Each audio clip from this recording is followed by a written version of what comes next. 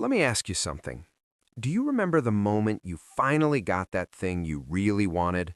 The new phone, the promotion, the achievement you'd been chasing for months, maybe years? For a moment, everything felt perfect. And then, quietly, it faded. Not dramatically, not all at once, just enough that you started wanting the next thing. If that sounds familiar, you're not broken. You're human.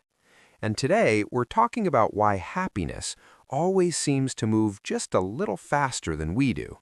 This is the idea behind something psychologists call the hedonic treadmill. The name sounds intense, but the concept is painfully simple. No matter how much your life improves on the outside, your brain has a habit of dragging your happiness back to a familiar baseline. Like walking on a treadmill. Lots of effort, lots of movement, but you stay in the same place. Let's start with an extreme example. People who win the lottery report a massive spike in happiness, no surprise there, but studies show that within months, or a couple of years at most, their happiness levels often return close to where they were before. The same thing happens in reverse. People who experience major setbacks, injuries, losses, also tend to emotionally rebound more than we expect. Our brains normalize fast. This isn't a design flaw, it's a survival feature. If joy lasted forever, we'd stop striving. If pain never faded, we wouldn't survive it.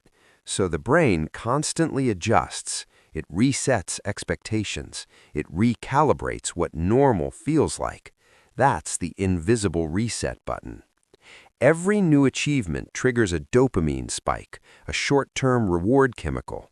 It feels amazing, but dopamine isn't designed to create lasting contentment. It's designed to motivate pursuit. In other words, dopamine says, go get it, not sit back and enjoy it forever. That's why more doesn't automatically mean happier. A bigger house becomes just the house. A higher salary becomes just the paycheck. Yesterday's dream becomes today's baseline. And society doesn't help. We're constantly told to level up, optimize, upgrade, compare. Someone else is always one step ahead, online at least, and comparison quietly resets our expectations even faster. Here's the paradox. The more we chase happiness as something external, something to acquire, the more elusive it becomes. So, does that mean we're doomed to dissatisfaction? Not at all. But it does mean we need to step off the treadmill, or at least slow it down. The first shift is mental. Instead of focusing on getting, we shift toward being. That doesn't mean giving up ambition. It means noticing the present moment before the brain rushes ahead to the next goal. Gratitude plays a huge role here. Not the forced, cheesy kind, but deliberate attention.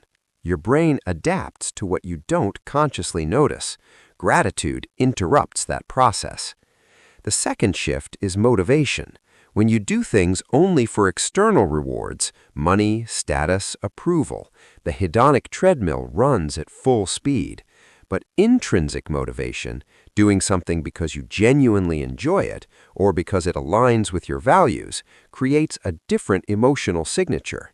It doesn't spike as high, but it lasts longer. And then there's the practical side. Experiences tend to beat possessions. Memories age better than objects. Social connection matters more than almost anything else. Strong relationships consistently outperform income and status when it comes to long-term well-being. And challenges, real ones, matter too. Growth feels better than comfort once the novelty wears off. Here's the key takeaway. Happiness isn't a destination you reach. It's a dynamic system you learn to work with. The hedonic treadmill never fully disappears, but once you understand it, it stops controlling you.